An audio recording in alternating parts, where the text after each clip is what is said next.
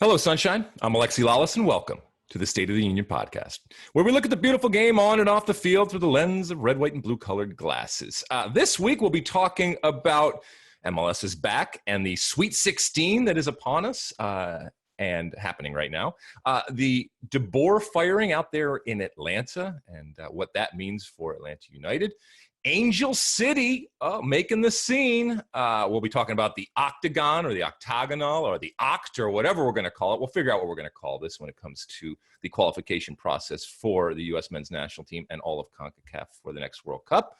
We'll talk about the end of what has been the longest season to date. We'll talk about Mbappe and Zlatan and so much more. But first, joining me, as always, my friend, my colleague, my guiding light, David Mosse, a soccer savant and a Fox soccer researcher and writer extraordinaire. Mosse, how are you on this? What are we looking at here? July 28th in the year 2020. We are recording this on a Tuesday. It will be out on Wednesday. We apologize for the day delay, but hopefully you will forgive us. We had a couple of days of work in a row, and Mosse is pulled in a lot of different directions, as we all are. It's great. It's wonderful. I'm not complaining, but just from a timing perspective, it made sense for us to do this and delay it a day, but we do apologize. Mosse, how are you? I am doing well. I am quite tired after back-to-back doubleheaders. Your buddy John Strong keeping me busy with research requests, but enjoying it very much so. There was a point yesterday in our Monday broadcast doubleheader where, and for those of you that have listened to this show for a while, you know how much we love Mosse and how interesting a person he is, not just the soccer part, but the whole package. But there was a point yesterday where, because Mosse does get sent in a lot of different directions by those of us on set, asking for information and nuggets and background and fact checking and confirmation. There was a point where Mosse came on and told us that he had finally gotten to the bottom of something that had been asked of him, and he wanted just to clarify and make sure. Now, it was of no use to us anymore, but Mosse is such a perfectionist and such a professional that he wanted to make sure that Rob Stone had that information and that he had done his job. And that's what I love about Mosse, because anybody that has ever been infatuated with something and cannot stop thinking about it the way that Mosse thinks about soccer, it will stick in your craw if you don't get it. And so I appreciate that, Mosse. It said everything about you and everything that we love about you, that even though it wasn't going to be something that was going to make air, it meant something to you to get that nugget of information. I can't remember what it was about. You probably have a better idea. I've lost track of it.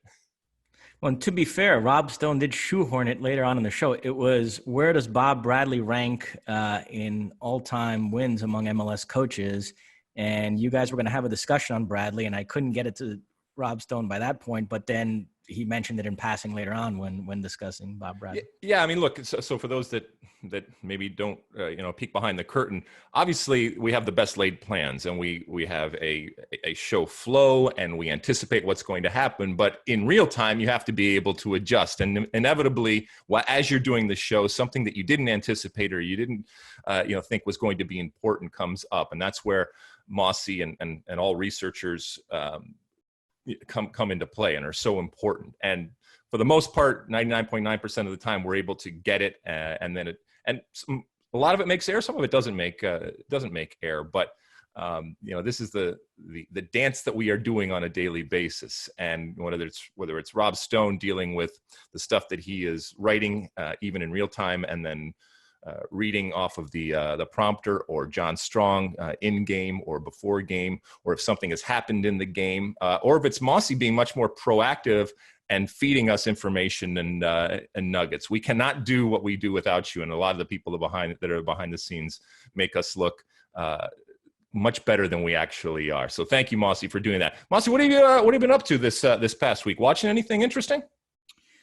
No, given the fact that I've worked the last 2 nights, I am now behind on Perry Mason, the Golden State Killer documentary, and I May Destroy You. So I think tonight I'll probably get caught up on all that stuff. But yeah, nothing new to report on the television front.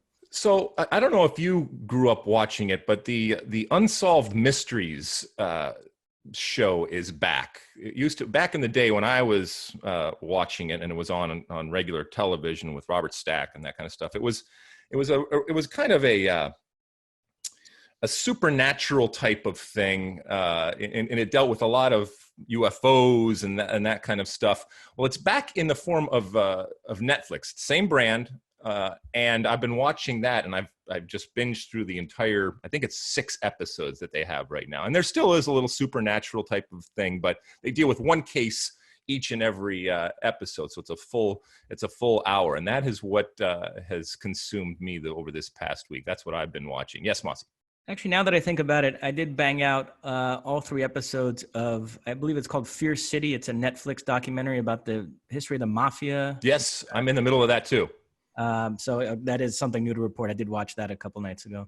It is amazing to see the pictures of what New York City once was, and how much it changed, and the way that in this case it would be the mafia ruled that city and had their fingers, toes, and everything else in absolutely everything that was going on. Incredible video and pictures from what was a very interesting but also very, very dangerous time in the history of New York City, and a history that we should say spans back many centuries of dangerous times. And so it's cyclical when it comes to New York City. All right, Mosse, enough talk about the Big Apple. You ready to light this candle? Yep. All right, we're going to jump right into it when it comes to the State of the Union. And we're going to start off with, you mentioned, Mosse, you've been working the MLS's back tournament. We find ourselves in the Sweet 16, and all sorts of interesting things coming about. Obviously, a Sweet 16 is a one and done. You win, you go on. You lose, you're out. There is no extra time. There is simply right into penalties. We've already had our first penalty game, which was amazing, and a little bit more of a peek behind the curtain, Mosse, for our folks out there. When we have games that, at least on the surface, are not, shall we say, sexy or attractive, okay, it's important for us to identify things and even manufacture some things or play up some things in order to give the viewer a reason to watch. We always want people to have a reason to watch, and not just the people that are going to watch no matter what. We want to bring people into the tent. And so the other day when our friends from Vancouver, the Whitecaps, were playing in the round of 16, a place that they found themselves in, and it was not expected because they were missing basically half of their starters, and the little engine that could just kept chugging away and found their way into the round of 16. And so the story behind Vancouver is not only they're missing starters, but they're missing both of their first 1 and 2 starting goalkeepers. And so this third string goalkeeper, Thomas Hassal, a 21-year-old from Saskatchewan, right? Is that where he's from? Saskatchewan? We'll have Alex Dowd double check that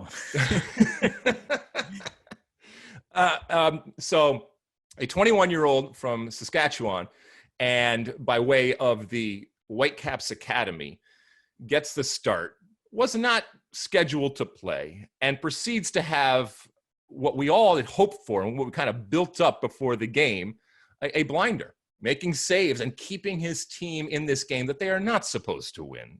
Complete underdogs against SKC. And I was very proud of what we did from a television perspective there, because we gave people that might not have had a reason to watch something to watch and something to care about.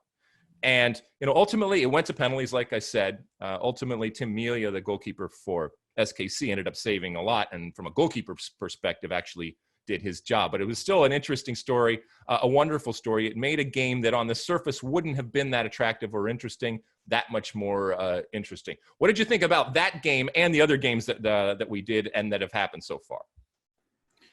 No, I'm very much enjoying this tournament. Yeah, that whole Hassal story was very fun that night. He was shaken up, and there was a possibility that an outfield player was going to have to step in and play in goal because they didn't have a backup goalkeeper on the bench. So it's, crazy situation and being in the bubble and not being able to bring in a goalkeeper from outside the bubble. They actually, for their previous game, had to borrow a goalkeeper from Montreal. They called it a one-day loan, but then when Montreal got eliminated, that option wasn't available to them anymore. So, yeah, it was a crazy set of circumstances there. But, that was a fun night. And yeah, pretty much all the nights we've worked this tournament, I've enjoyed it. It's been terrific so far. Now, one person who I don't think enjoyed the MLS's back tournament is Frank de Boer. So if you haven't heard, Frank de Boer was fired after what can only be looked at as a complete and utter failure when it comes to Atlanta United in the bubble down there in Orlando in the MLS's back tournament. 3 and out, lost all 3 games, didn't score a goal.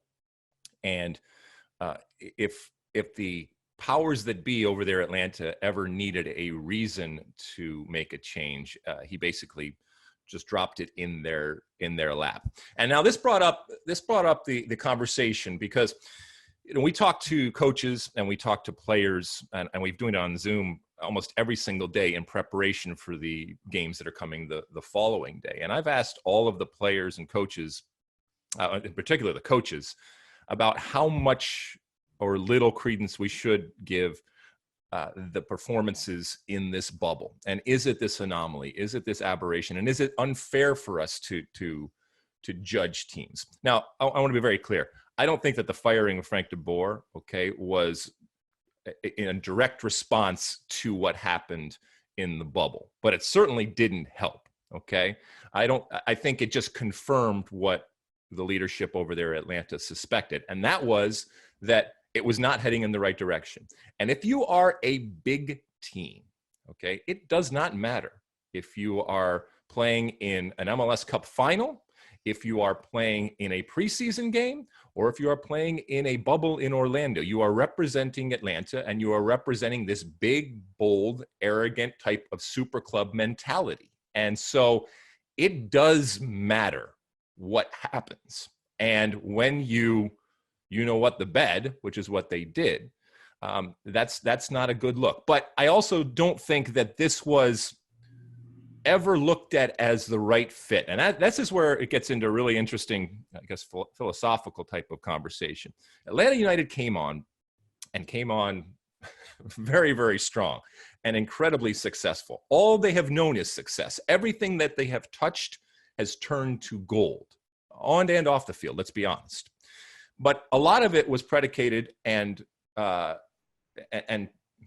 stemmed from what Tata Martino brought, and the type of person he was, the type of personality he was, and the type of play that he instilled. And Frank de Boer is a very, very different type of person, and certainly a very different type of mind when it comes to how he wants to play. And so I think in a certain way, they betrayed their identity and the values that they had set up and that obviously were successful, and went a very different direction. And obviously it didn't work. Now, did it not work because you went a new direction, or did it not work because the direction that you went, you picked this person to take you in that direction? I think that's what we have to decide. And maybe that will be shown in who they next hire. If they go back to, someone who is much more, connected and associated with South America, whether it's Argentina or any place else out there where a lot of their players are coming from, somebody who's much more associated with this run and gun type of style that they started with a few years ago that was so successful, then I think that will indicate that they're admitting they made a mistake, both in the direction and in the person that they went. But I'll be very interested to see. Do you think that this, Mosse, was justified, I guess, first and foremost? And secondly, where do they go from here? I do think it was justified. This felt like an awkward fit from day one. I know last season superficially felt relatively successful. They won a couple of trophies. They got to the conference final, but it did feel like that was in spite of de Boer. This situation never felt right to me.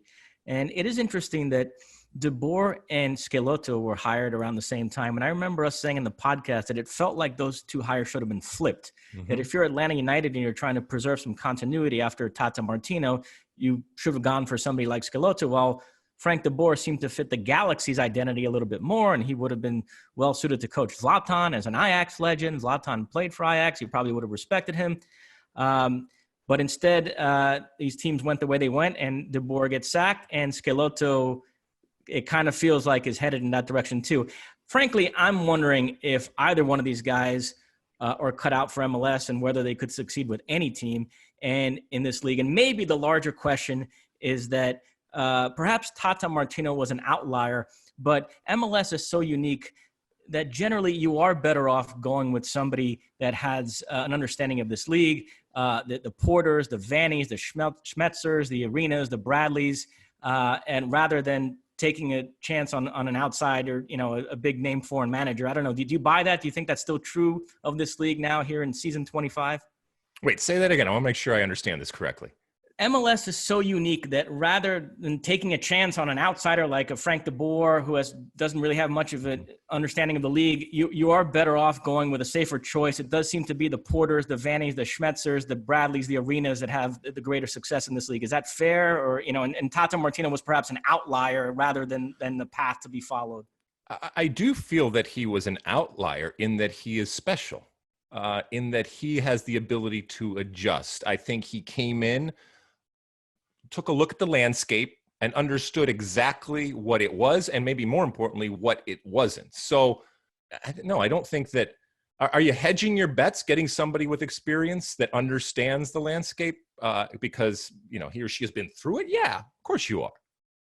But that doesn't mean that you shouldn't do the work and try to find that outlier. And I don't think that they are as rare as you're making it out to be. I do think that there are those out there that would not only relish, but have the intelligence and the depth to understand that they are coming into a very different and unique type of situation.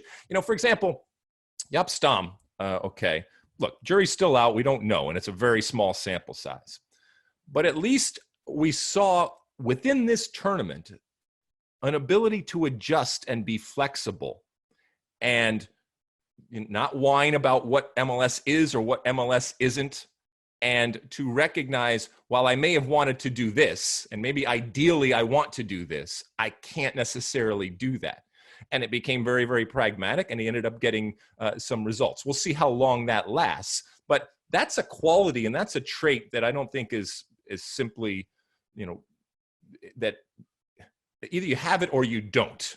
Okay. And so I do think it's worth spending the time and the resources to find out. And this is where the interview process and the understanding of the person that you are actually getting is so important, because like any human, if you want the job, you're going to tell people what they want to hear.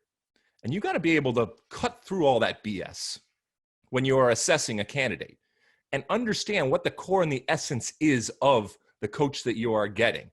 Because they will try to fool you, and they will tell you, like I said, everything that you want to hear, and it will sound rosy. They'll tell you that they can adapt. They'll tell you they can be flexible. They'll tell you that they understand the realities of what MLS is.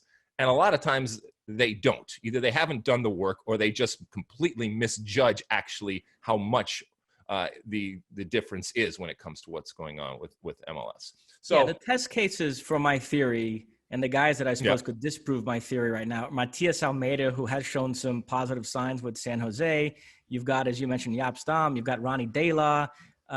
Thierry Henry did play in MLS, so I guess he might fall in the category of being somebody that does have an understanding of the league, but he's sort of in the middle there. He's never coached in it before until now. So, yeah, we'll see. I mean, it's an interesting sort of big picture question that I think, whether MLS is so unique that, it's beneficial to bring in somebody that has an understanding of the league versus somebody completely from the outside. But, we'll see how it plays out. In terms of replacements, you asked me, Greg Seltzer, is it? MLS.com. He put together a list of candidates that he thinks Atlanta should consider. And it's a bit all over the place. I mean, you've got everybody from Mauricio Pochettino. I don't think that's going to happen, but you've got Patrick Vieira. You've got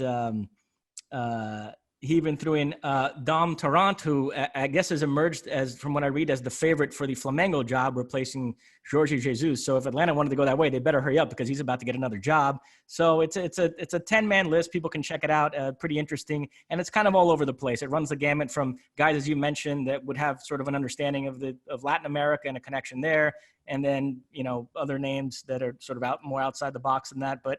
I don't know. I don't have a sense for which way they're going to go. I did read a quote from the general manager that said it definitely has to be somebody that plays aggressive, proactive soccer. So that was an acknowledgement that the Boer might have been a mistake in that regard, that they need to go back to sort of the mentality they had under Tata Martino from a style of play standpoint.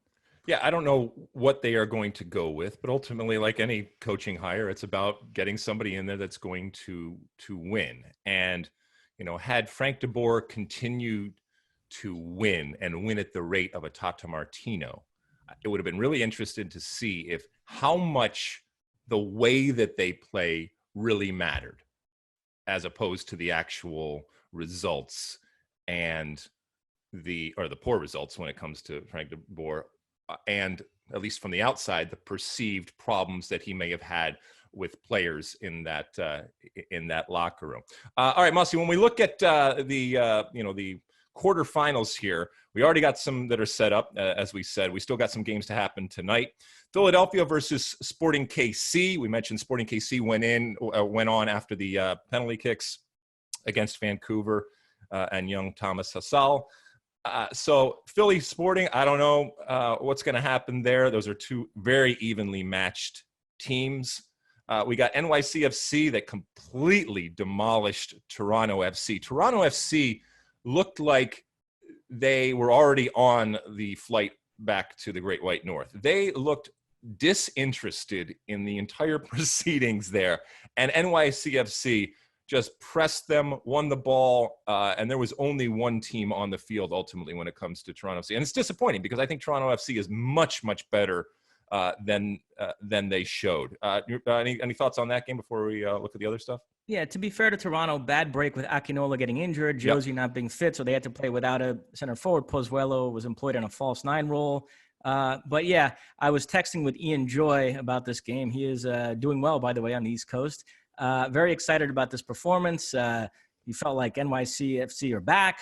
And yeah, this is such a talented NYCFC roster that eventually they were going to have a breakout performance, because we were going into this game. I mean, to look at it, Castellanos, or Castellanos, as they say in Argentina. Mitrita, all right, okay, stop it.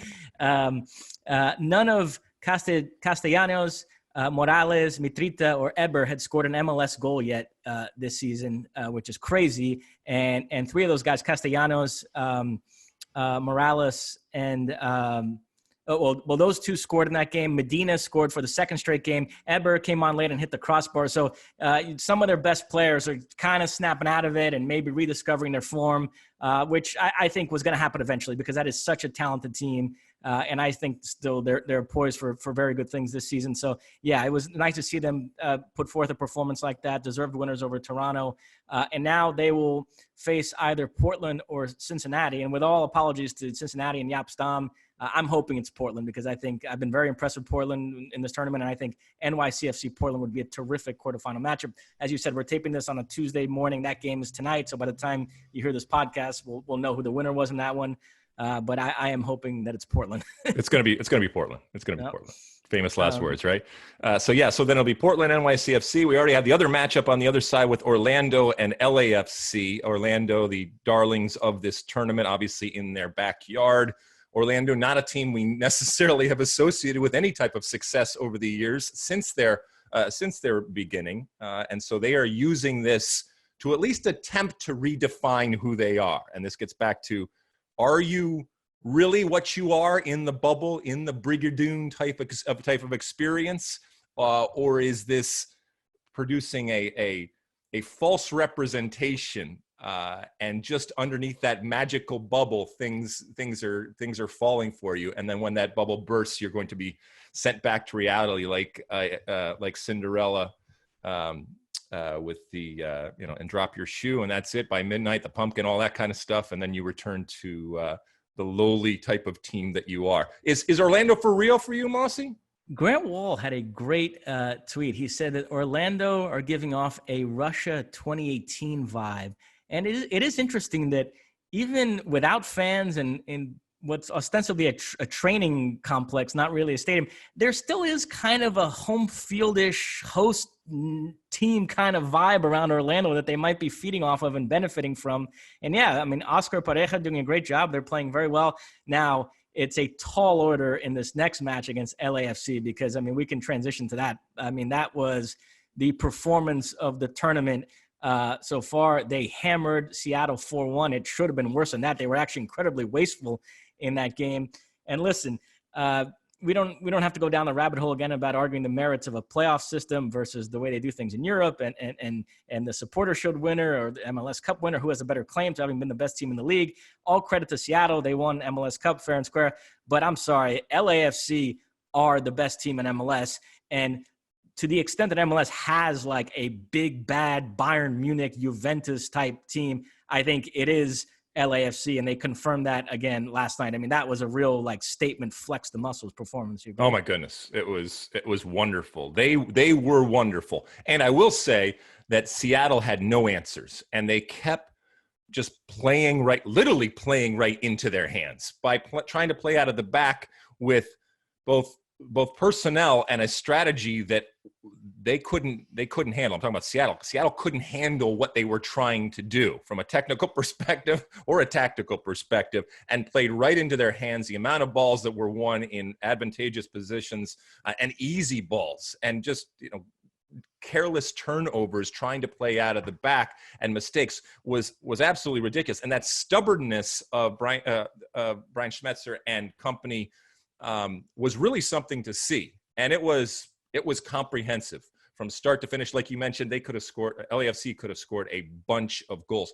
Look, I know they don't have the best player in Carlos Vela, but Diego Rossi, is the real deal, and is just continuing to confirm why there is so much interest in him. The value continues to rise, and it's not just his speed, his finishing ability, although he missed some chances there.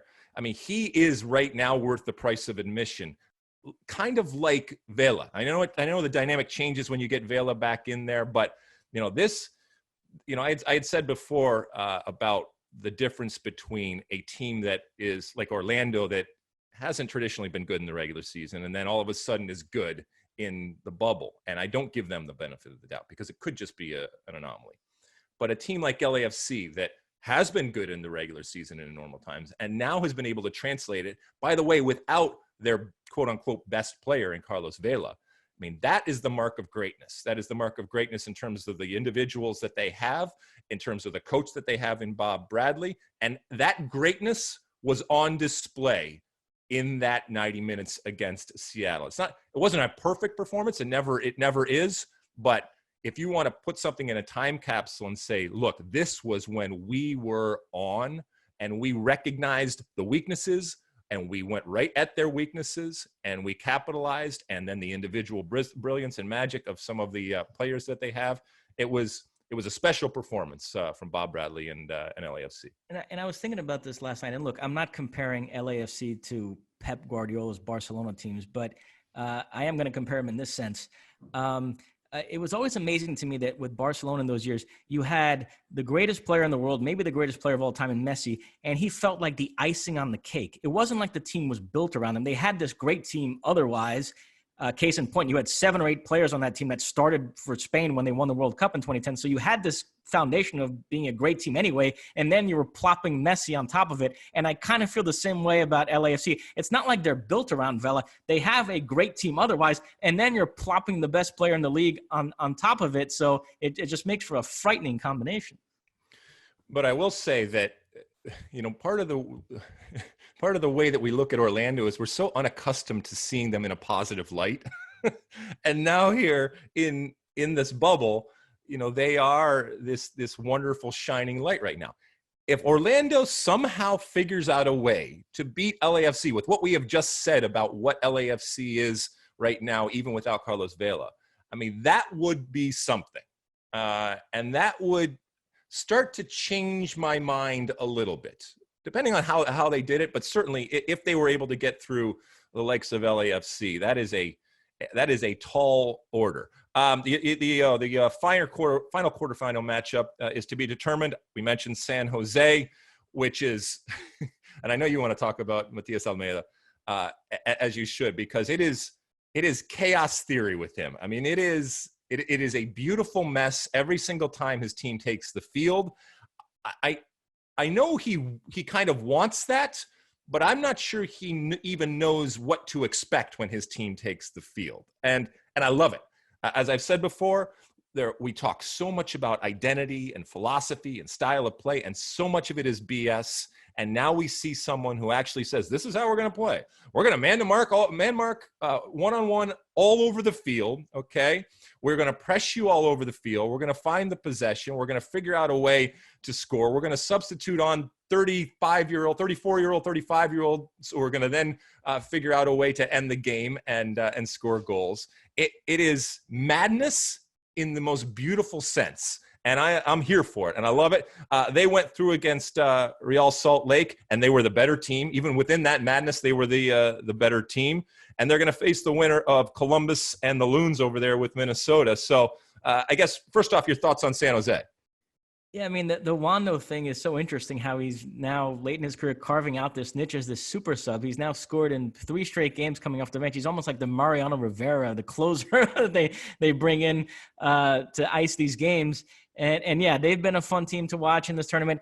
And, you know, I insulted Cincinnati before by saying I'm rooting for Portland tonight. I'll do that in the other game tonight as well. I'm really rooting hard for Columbus, with all due respect to the Loons, because I was so impressed with what I saw from Columbus in the group stage. Like, from the midfield up, the pieces fit so well with Artur and Nagbe and Zelarayan and Zardes. I thought Berhalter's kid looked really good when he played. And so I'd like to see that matchup, Columbus against San Jose. I think that would be a fun quarterfinal. So that's kind of what I'm rooting for. All right. Well, as we finish off our little MLS talk here, my good friend Luis and Alex have confirmed that Thomas Hasal was a goalkeeper from the Whitecaps Saskatchewan Academy Center. Okay, so he is out of Saskatchewan, even though he was born in Cambridge, Ontario. It sounds better, though, when we say Saskatchewan. So we're going to watch him develop going forward. All right, Mosse, let's move on to some other stuff that's going on. NWSL Challenge Cup finally comes to a conclusion. Congratulations to the Houston Dash, who took care of Chicago in this, you know, bubble. And I guess first and foremost, we are all thankful that everybody was healthy and safe throughout the bubble, and it gives a wonderful kind of test case and template for others to look at and to follow. Congratulations to the league for pulling this off, being the first ones to come back online, and more importantly, successfully pulling off a bubble type of scenario that we have now seen MLS and the NBA and the NHL employ or start to employ going forward. And good numbers when it comes to the television viewing, and I think that there was a relevance that was achieved through the tournament. Good action.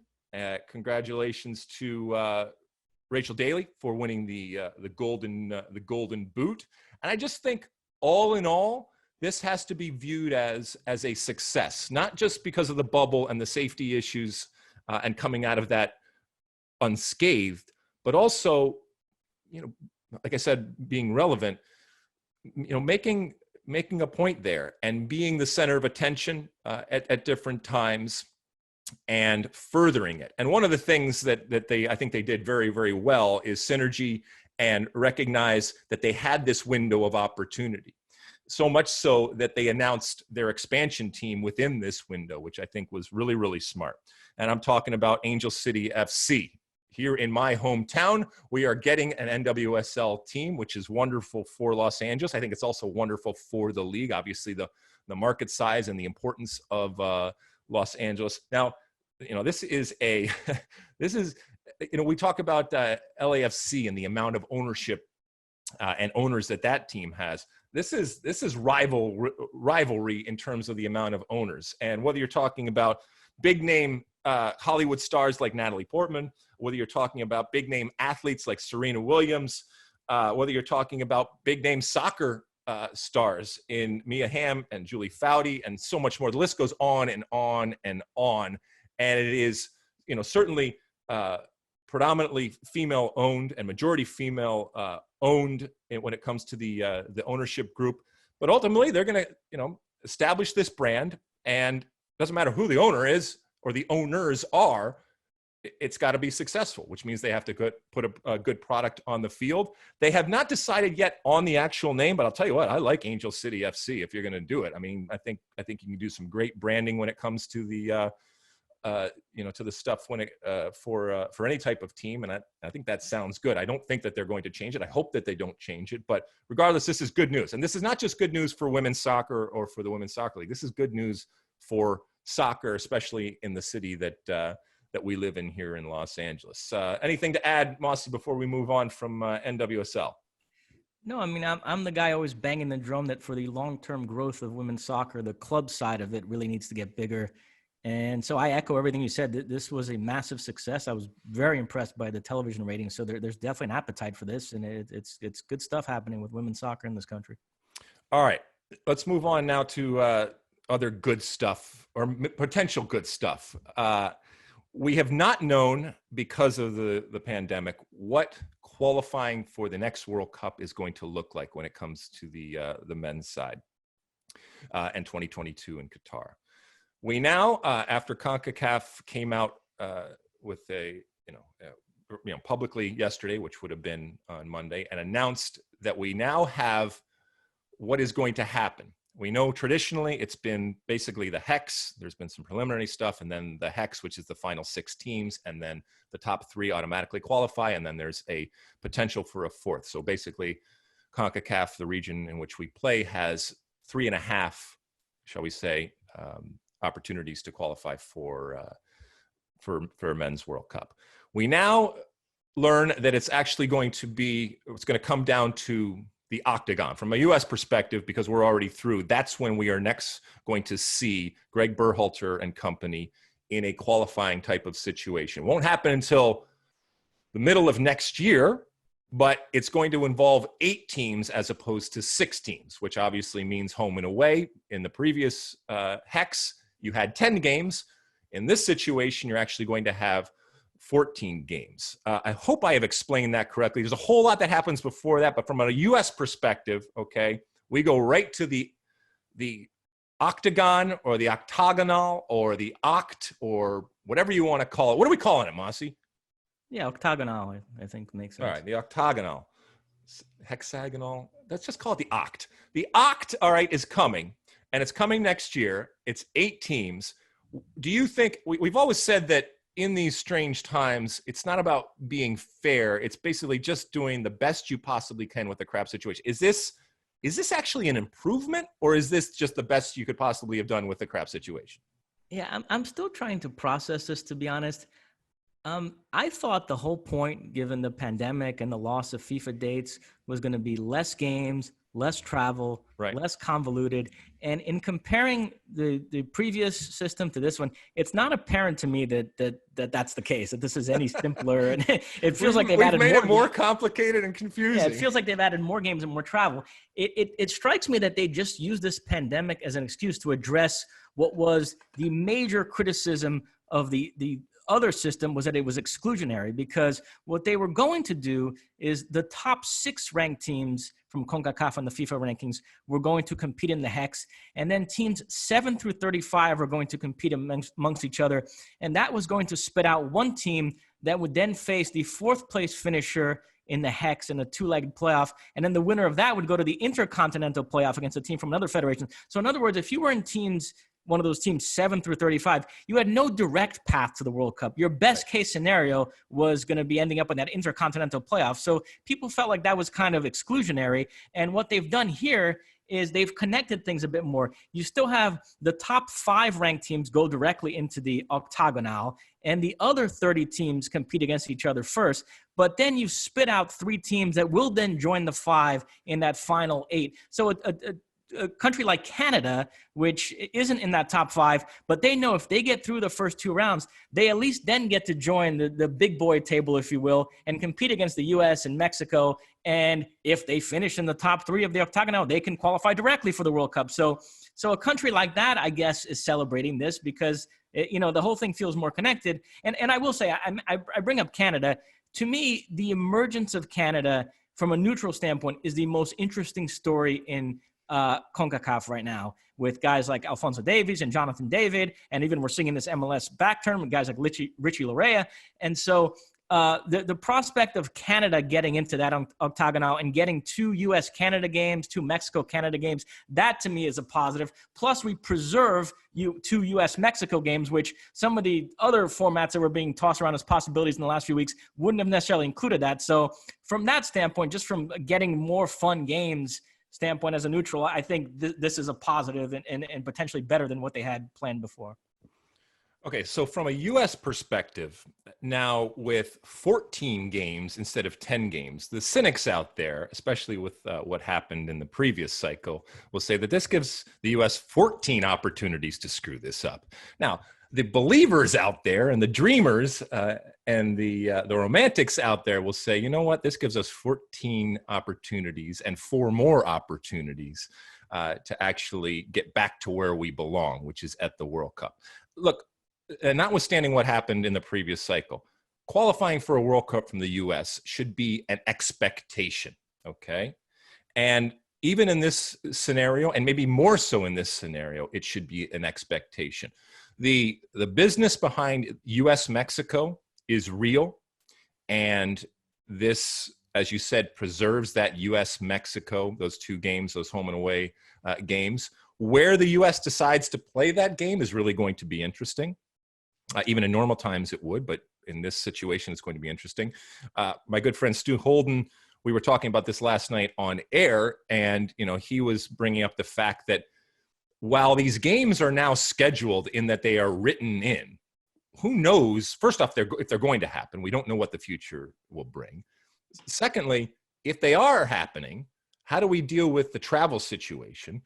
And also, are these going to be in front of fans? And we don't know when the next time sporting events or any kind of communal situation is going to happen where people can gather and watch something.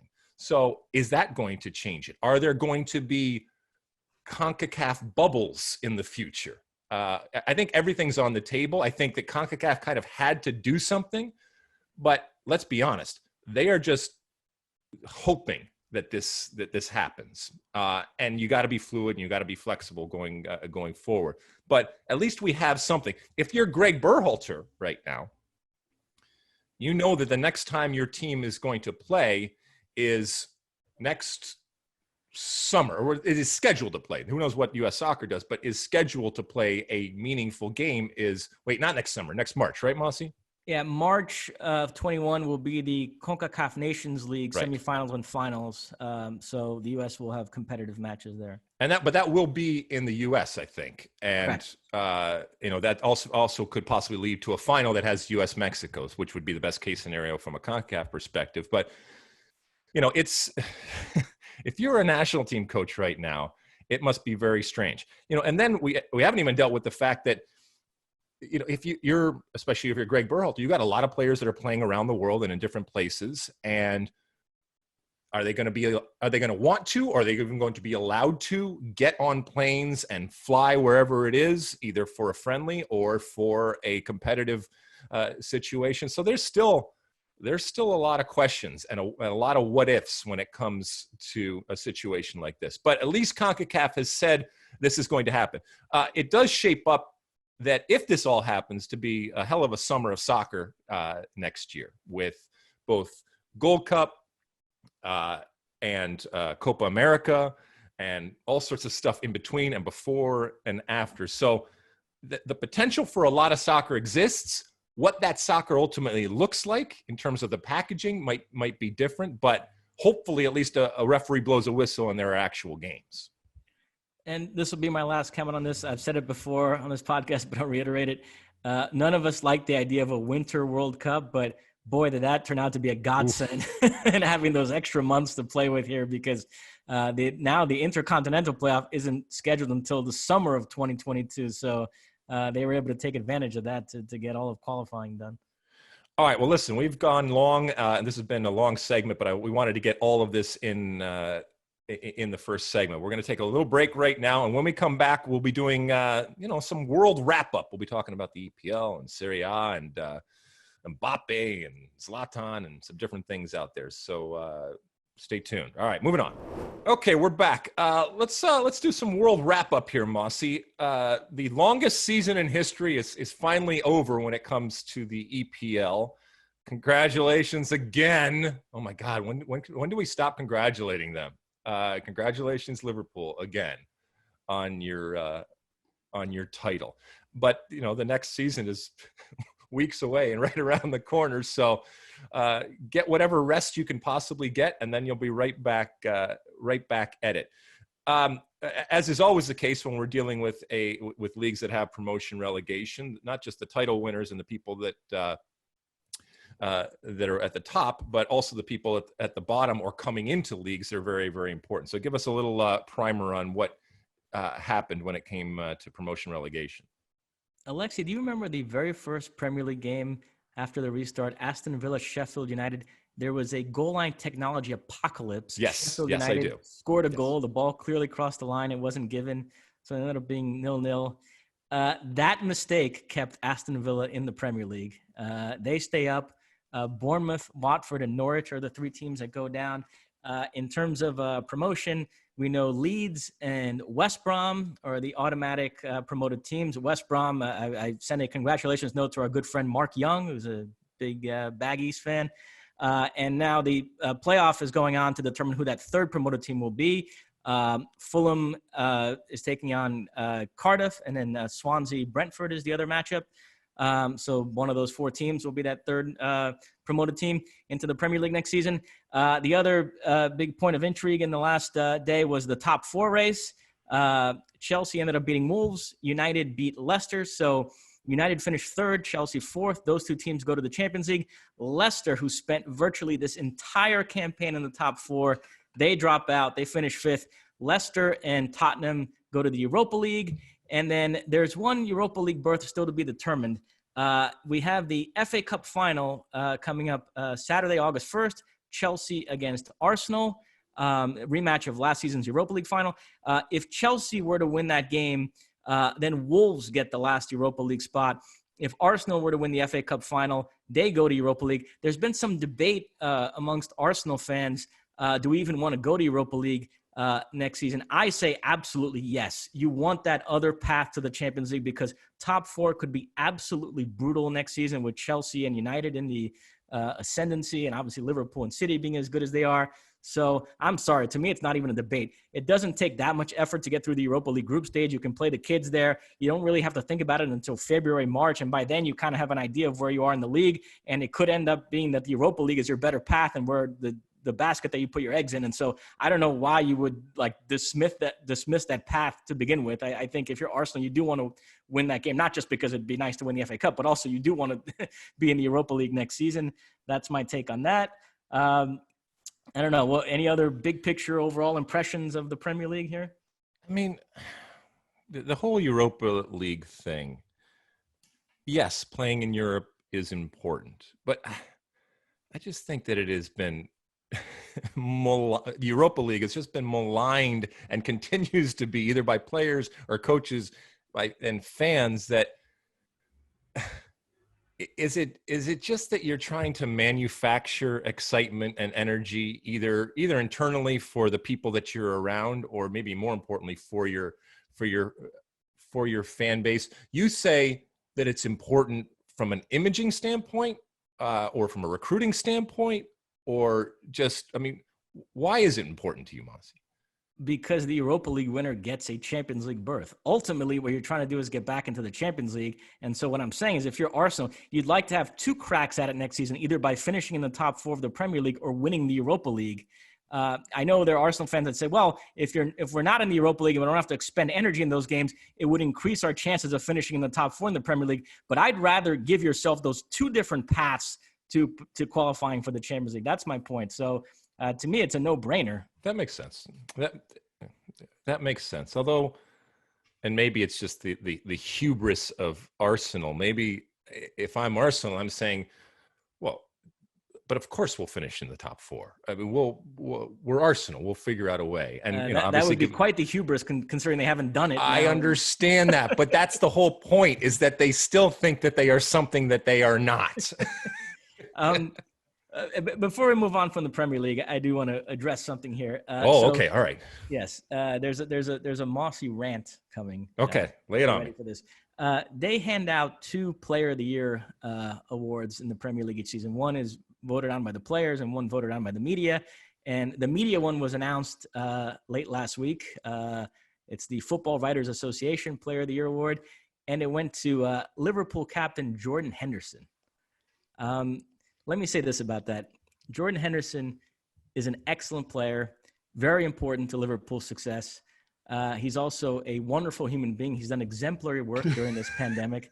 All of that is true. But here's what's also true. There's no world in which Jordan Henderson played better football than Kevin De Bruyne this season. None. This was a storyline, a narrative the English media fell in love with. It just snowballed. Jordan Henderson is the sort of pick that makes you feel like a smarter, more sophisticated fan that sees the game beyond the numbers and appreciates leadership and intangibles and all of that. But still, there's no world in which Jordan Henderson played better football this season than Kevin De Bruyne. I've said this on the podcast before. 2 seasons ago, when City finished with 100 points, 19 clear of the pack, smashed every record, Salah won all the Player of the Year awards over De Bruyne. So a precedent was set that season that just because a team has a historic season doesn't mean somebody from that team has to win Player of the Year. It is possible for somebody on a different team to have been the best individual that season. And in my opinion, anybody who understands football and paid attention to this Premier League season, you have to come to the conclusion Kevin De Bruyne was far and away. I don't even think it's debatable. I've heard people say, boy, this was a really tough year. I don't even think it's a tough year. Kevin De Bruyne was far and away the best player in the Premier League this season. He was one of 3 or 4 best players in the world this season. And I find it absolutely criminal that he did not win this award. Well, Mosse, as we know, and has been proven time after time, that when human beings get in that booth and close that curtain, strange things happen, or unanticipated things happen when they are voting. Why do you think, then, that people decided that this was going to happen? Well, there's, this Liverpool season is viewed differently than City's 2 seasons ago. There's more of a romance attached to what Liverpool did this season and winning that first title in 30 years. So there is a greater sense of, it has to be a Liverpool player. And Jordan Henderson, it is such a nice redemption story. He's a guy that suffered so much criticism earlier in his career, and for him to enjoy all the success he's enjoying the last couple of years, I'm happy for him. Like I said, he's a great guy, an excellent player. Stop qualifying it. You're crushing him. You're basically saying that he was gifted this because he's English and plays on Liverpool. He was, yes. It's a nice redemption story, but Jordan Henderson was not one of the 10 best players in the Premier League this season. I'm sorry. At the end of the day, you have to give it. It's the Premier League Player of the Year award, and to me, it should have gone to De Bruyne. If he's not, then is he even the best player on his team? No. So who would have been closer to De Bruyne for you on Liverpool? Well, yeah, Van Dijk, Mane, guys like that to me are certainly better players than him. Yeah, we've almost gotten bored of how great Van Dijk is, but I think you'd probably, if you were going to give it to a Liverpool player, I think you'd probably go to him first. Well, I think that you have laid out your case wonderfully. I think that you hate the English, and the only thing that you hate more than the English is Liverpool. If Keith Costigan listens to this podcast, it's the end of our friendship, by the way, because he's all in on this Jordan Henderson thing. He's interviewed him many times. He loves him, and Keith might never speak. Nobody's saying like as you so eloquently put, he's a nice guy. All right, nobody's saying he's not a nice guy. Okay, nobody is saying that he does horrible things to people. All right, nobody's saying that he's even a bad player.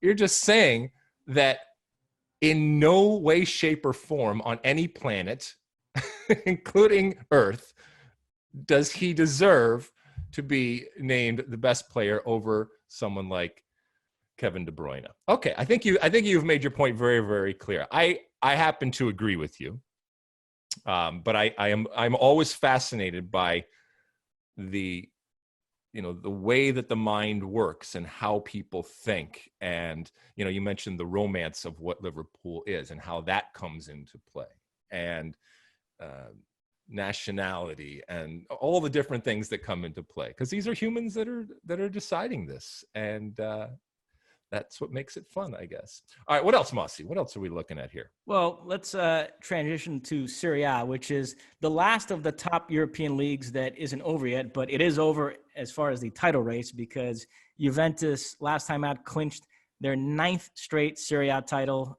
courtesy of a 2-0 win over Sampdoria. I mean, you played in this league when it was hyper competitive. I mean, can you even wrap your head around one team winning Serie A 9 seasons in a row? You have to go back to 2010-11 for the last time somebody other than Juventus won it. Yeah, I mean, the separation that is shown and backed up by the actual Scudettos, because I played in a time where it was AC Milan and they were the team, but there was a lot of competition, as you said. And it's not that Milan didn't win a lot, but I think that separation that we see, and certainly from a winning perspective, it's exasperated right now. It is because we argue about this all the time, especially relative to MLS. I think the parity and the manufactured parity is one of the things that makes it unique, and for my money, interesting. Because while we do have some separation, the reality is that at the beginning of the season, everybody thinks that I could win it, okay? Not everybody wins it, but everybody thinks I could win it. And that's not the case in a lot of leagues. And we argue each and every year that's problematic for these leagues.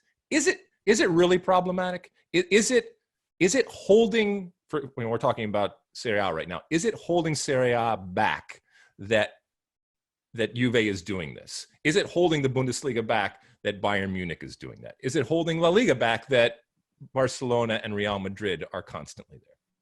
Yeah, I mean, if you look at the bottom line, maybe not. I mean, Gab Marcotti wrote a good piece after Bayern clinched their 8th Bundesliga title in a row, and he said that over those 8 years, ratings and attendance and revenues have actually gone up in the Bundesliga. So there's really no impetus to change things. But I tell you, it bothers me, and it bothers me when this is still analyzed in normal sporting terms, and people say, well, give Bayern credit, and the Dortmunds and Schalke just need to step up, and give Juventus credit, and the other team just need to step up.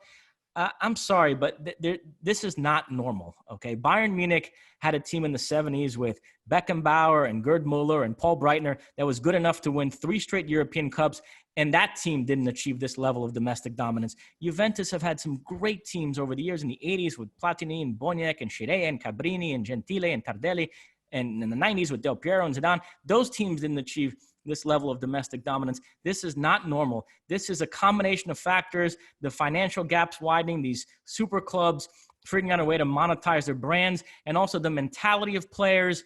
Every guy now wants to go play for these super clubs. They'd rather be a backup on these super clubs than a star for the second-tier teams. And these super clubs have more money than they know what to do with, so they hoard players. I mentioned this last week, you've got guys like James Rodriguez sitting on the bench at Real Madrid while he could be starring for a Sevilla or Valencia. And all of that has contributed to this top heaviness and predictability, which is not healthy to me as a fan. I don't like it. I don't like that we're sitting here and Bayern have won 8 in a row and Juventus have won 9 in a row. And I think if we keep going like this, it's not going to change. We'll be sitting here 5 years from now. Bayern will have won 13 Bundesliga titles in a row and still saying, well, give them credit, and the Dortmunds just need to step up. And I don't know. I think we are reaching that tipping point where we might need some major structural changes here to rectify this. So what I hear you saying, Mosse, is that these leagues need salary caps. And these leagues need roster restrictions when it comes to, and I also hear you saying that you need to get rid of promotion relegation and it should have playoffs, right? Is that true too? A couple of notes on Serie A. There's still a tremendous golden boot race going on. Cristiano Ronaldo having an incredible season, 31 goals, but he trails Immobile by 3. Immobile is at 34, amazingly enough. There's 2 rounds left, so we'll see if Ronaldo can catch him. If anybody can, it's him. Also, Sarri became the 10th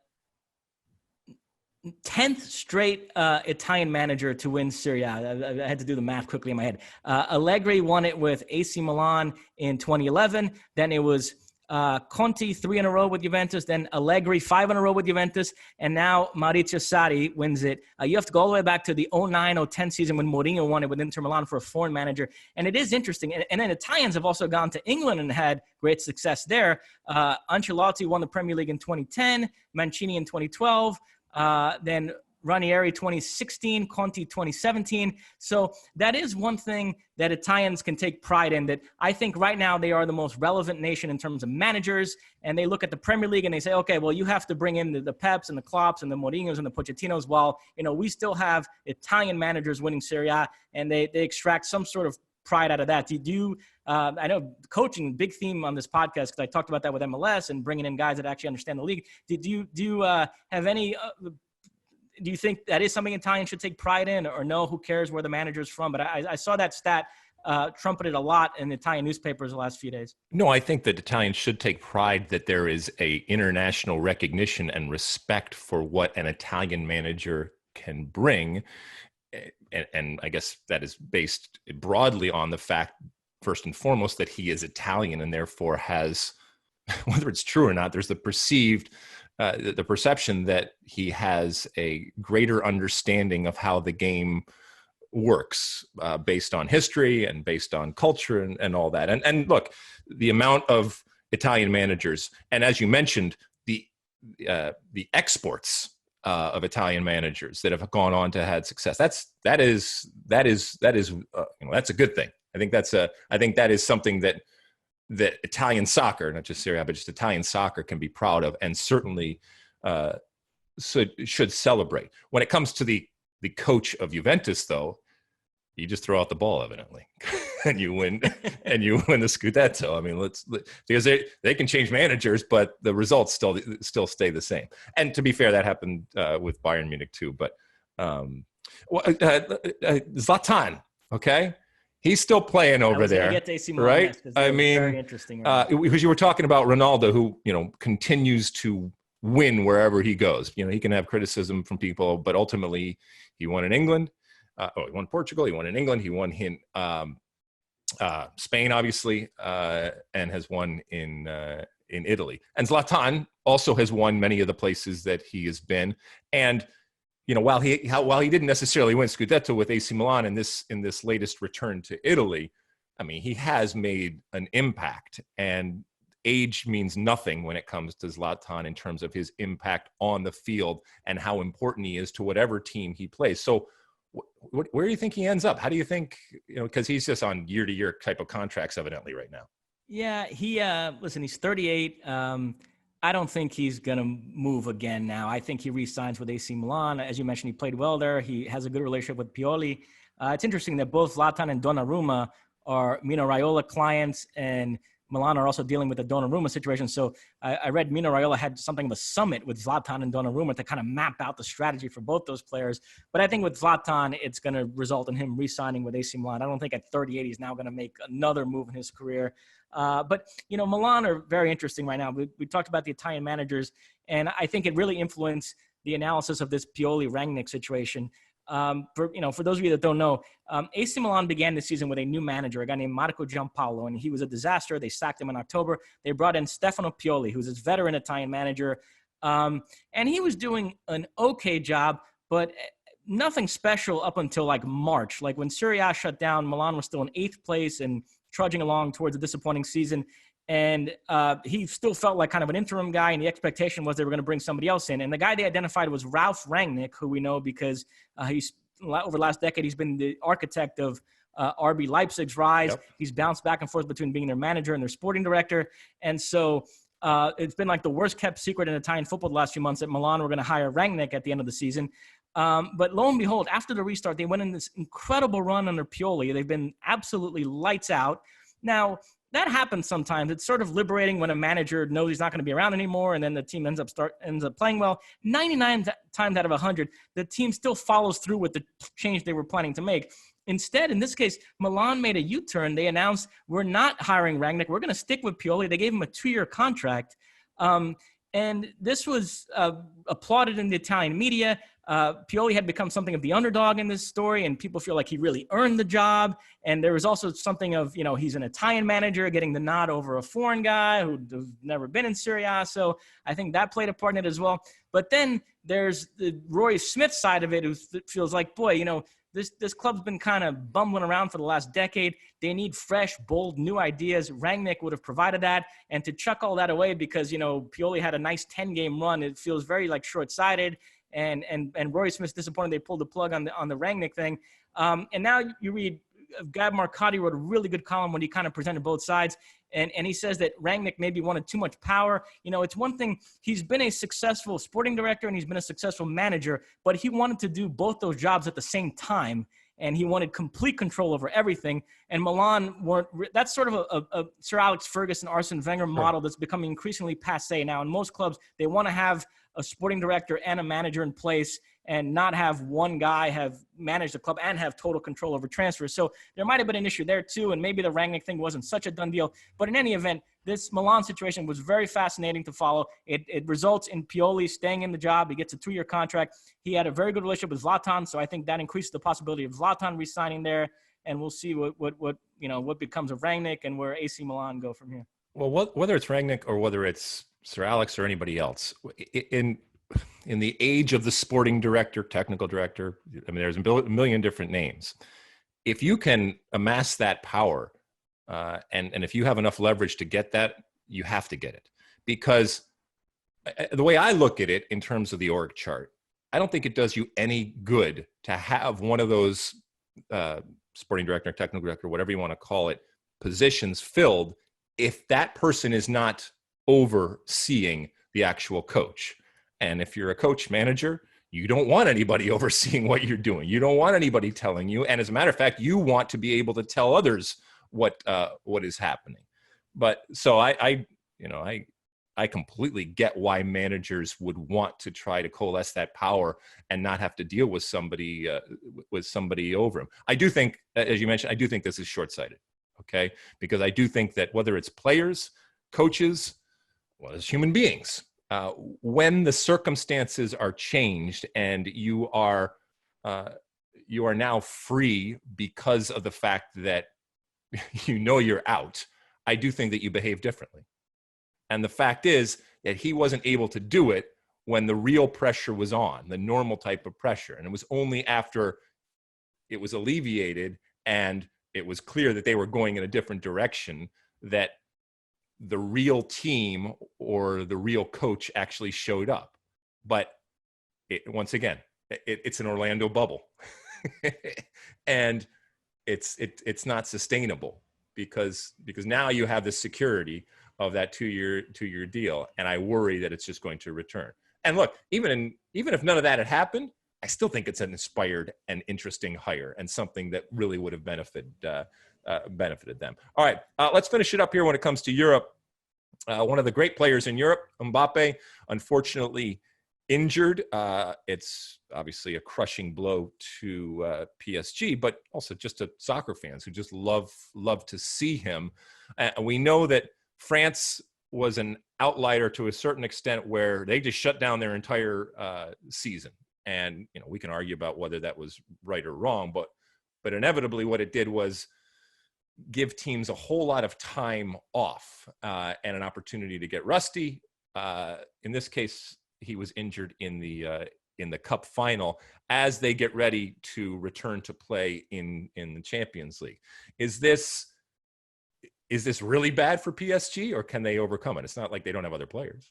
It is really bad. Now, Alex Dowd wants us to, quote, keep the powder dry because once we get closer to the Champions League, we're going to presumably have bigger discussions about that. But, yeah, my initial thoughts here. So Mbappe picks up this ankle injury, French Cup final, as you mentioned, against Saint-Etienne, and it looks like he will miss the Champions League quarterfinal against Atalanta August 12th in Lisbon.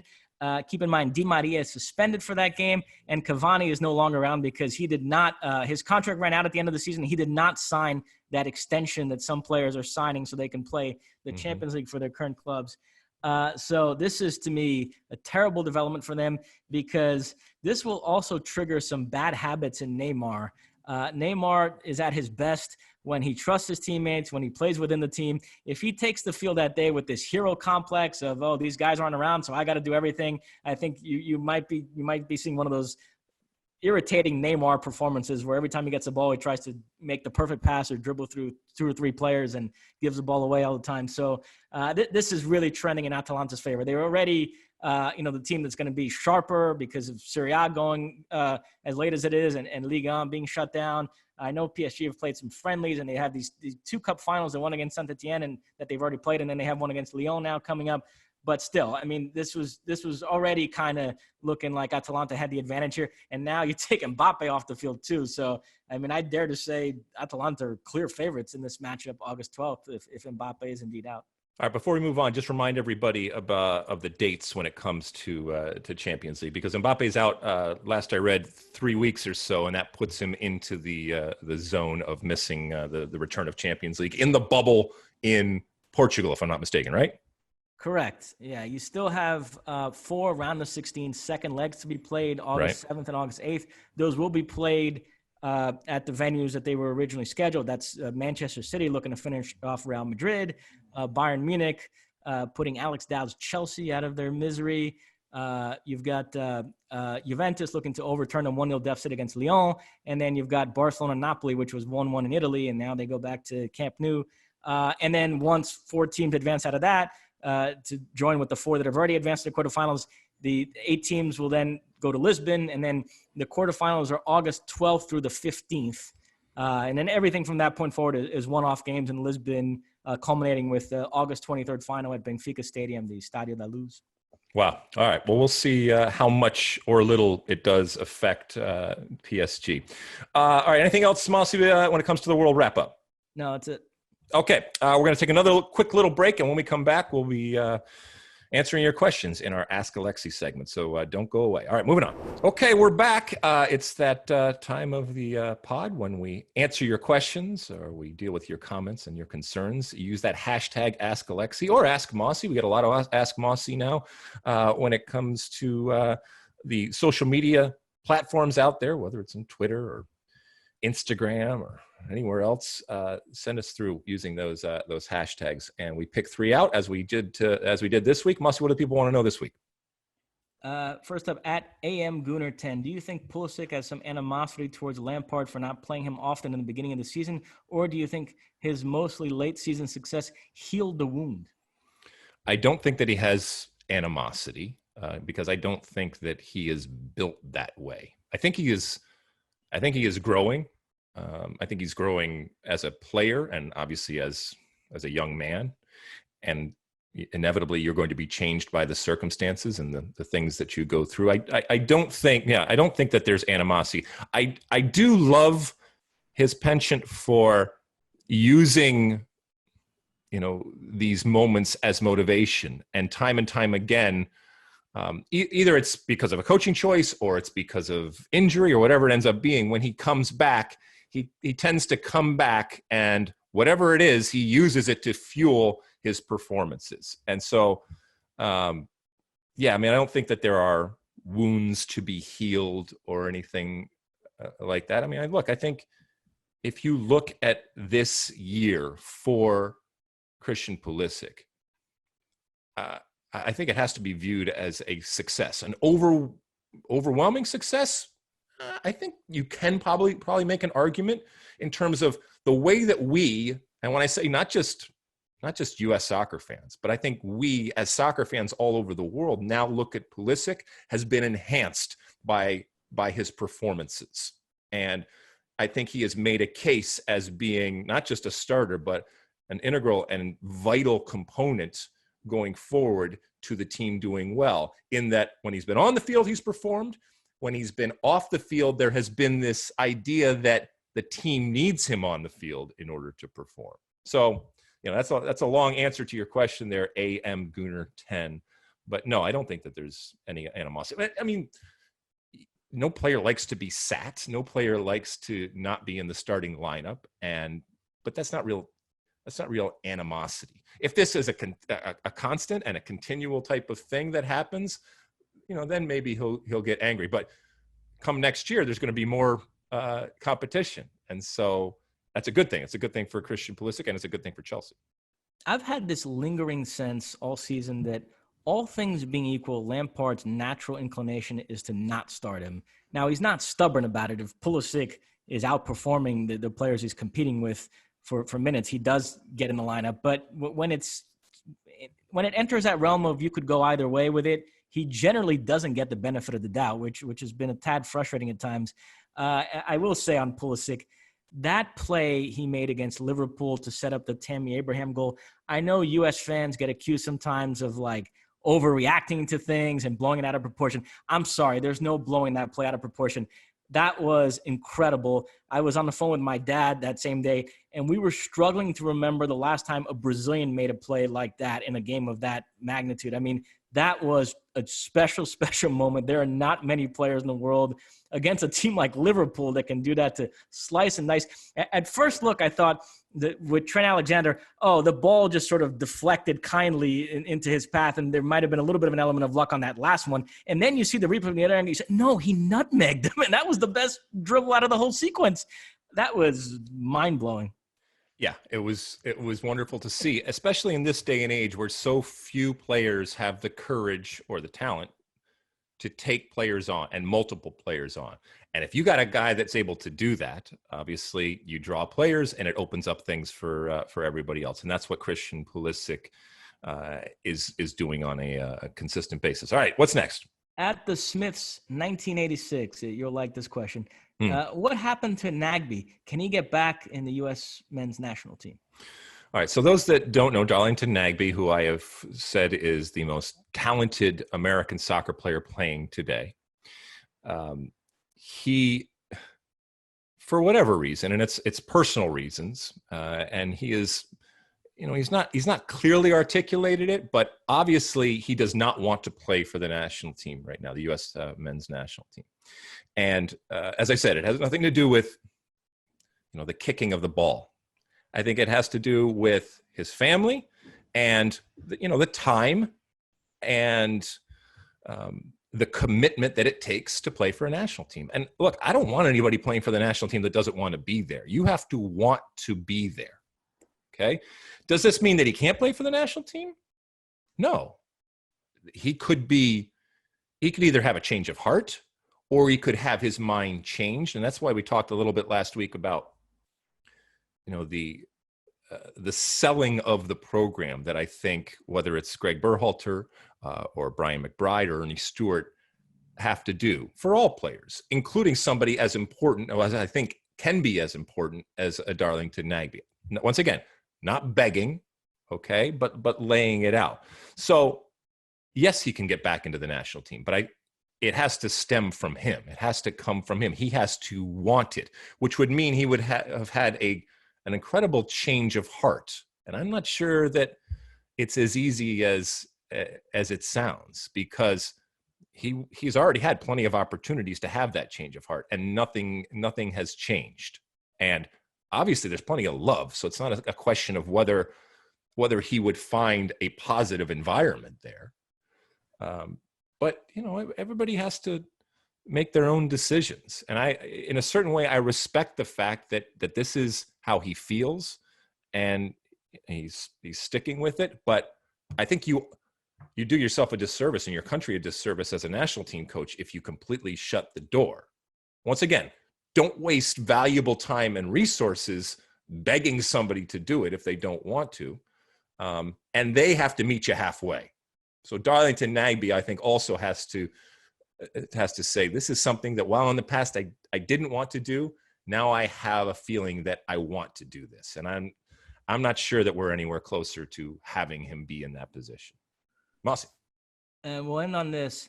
At Maddie_McPherson, if you were in charge of an MLS expansion club, what city, what name, colors, crest, and DPs? Oh my goodness. Boy, he wants the whole gamut. Wow. I'm not going to give it away. I mean, you got to pay for that. Incredible insight. Well, look, my connection and my love and my belief that a place like Detroit can be successful, I would certainly look at some place like Detroit. I think it lends itself to what Major League Soccer is or is becoming.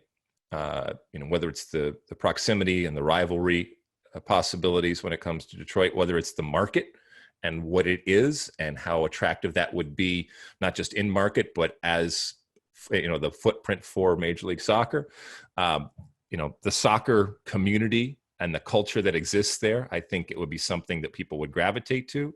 notwithstanding how important the Red Wings are, and even the Lions and the Pistons. Also, I think we were talking last week about, or I might have been talking to somebody else about the age that came before of stadiums and putting MLS stadiums outside of the city and in industrial parks and just taking whatever was available at the time, as opposed to the philosophy right now of putting teams and stadiums downtown. And what Detroit is becoming in 2020 and going forward is something that I think would be very, very attractive, to have a soccer-specific stadium, which was the original plan when MLS was a possibility of an expansion team. I think that would be a wonderful addition to a downtown that continues to grow and continues to have a belief that it can be something bigger than it has been in the past.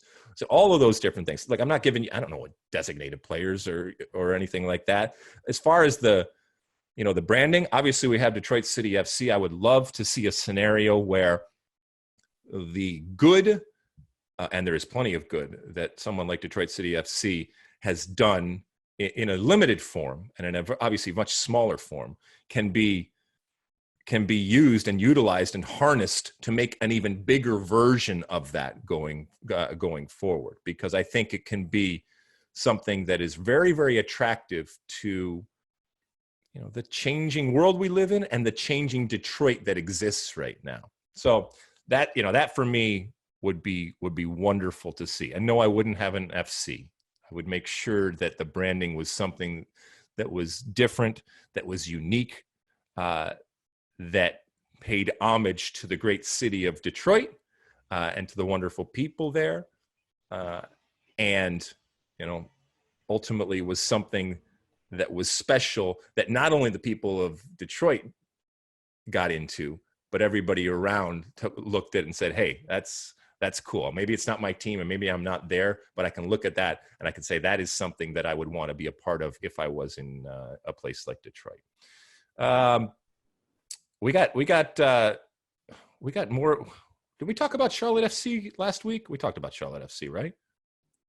Yeah, I mean, we talked about the FC thing, right, how much it bothers us. I did get a tweet from somebody saying, well, it can't be SC because people would confuse that with South Carolina. So, well, we have the new St. Louis team coming online too. So we're going to, we got names dropping all over the place. So we're going to see what St. Louis does with their name, if there's an FC involved, and how that ultimately shapes out too. I can't get enough of naming and branding and all this kind of stuff. Mosse, I will say the most interesting part of the question to me that you didn't answer was DPs. Yeah, well, I mean, I'll just say, and I mentioned this last week, I'll reiterate it here. Listen, if the right star came along, I mean, I wouldn't say no to Messi, but generally speaking, I would go like the Miguel Almiron route before I'd go the Zlatan route. I really think that's kind of the direction this league is moving in. So that's, if I was owning an expansion team, that's where I would look to spend my DP money. Interesting. Okay, Mosse, anything else? That's it. All right, so we come to the end of yet another podcast. I know this one was a little bit long, but you get some bonus content from us here. But at the end of each and every pod, we give you one for the road. And I had tweeted earlier this week about my opinion, my stance that Major League Soccer and Major League Soccer teams, that it is a business. They are individual businesses as their teams, and obviously the business and the single entity of Major League Soccer. They do not, and I tweeted this, that they, at least I believe, they do not have a responsibility to provide opportunities for an American player. When I returned in 1996, along with a bunch of others, to Major League Soccer, it was because this was our thing, okay? This was La Cosa Nostra. And yes, it was providing opportunities for American players to play the game that we love in our home country, okay? And there is even some wording, if you go back and look at the original wording, about the belief that this was going to do that. Having said that, I never felt that I was to be gifted or granted or guaranteed opportunities. And, when I see teams out there in Major League Soccer with, the incredible diversity and the international aspect of it, I don't look at that as problematic.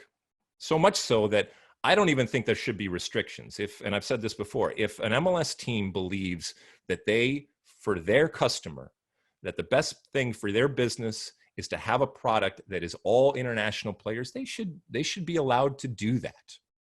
Okay. I do believe that the American player will find a way. I do believe that the American player will be given opportunities ultimately because they're good. I also recognize that, and I've said this before, that the international player is sexier and from a business perspective can provide more value.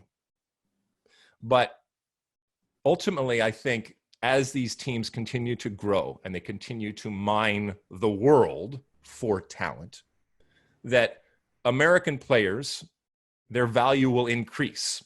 Now, their value may increase either because American teams see that and go out and acquire that talent in terms of mining their own backyards, or American players may go elsewhere, and in doing so, their value will increase. And then they might come back with increased value.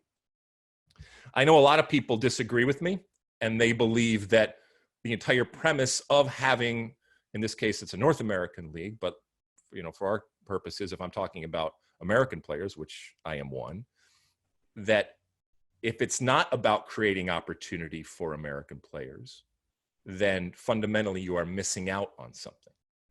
And this is just, a disagreement that we have. And I know I talk a lot about business, and I talk a lot about the realities of business. The American player has a long history of coming up against challenges and finding a way to be productive and to be useful and to be valuable. And I believe that this is no different. So if there are teams out there that feel for their customer the best product they can put on doesn't involve American players, for every one of those teams, I think that there will be other teams that look at it completely different. And I don't want American players to be playing over others simply because they're American. And I don't believe that that's ultimately what this business needs to be or should be going forward.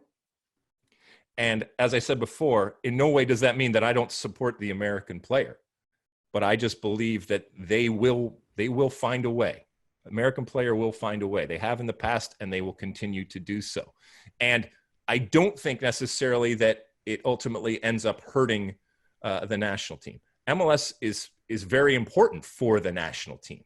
Okay. And we've seen, over in England, the way that the fewer opportunities in a strange way hasn't necessarily hurt the national team. As a matter of fact, when we think about the English national team right now, I don't think that there's a time in the recent decades that we've thought about it in a more positive light.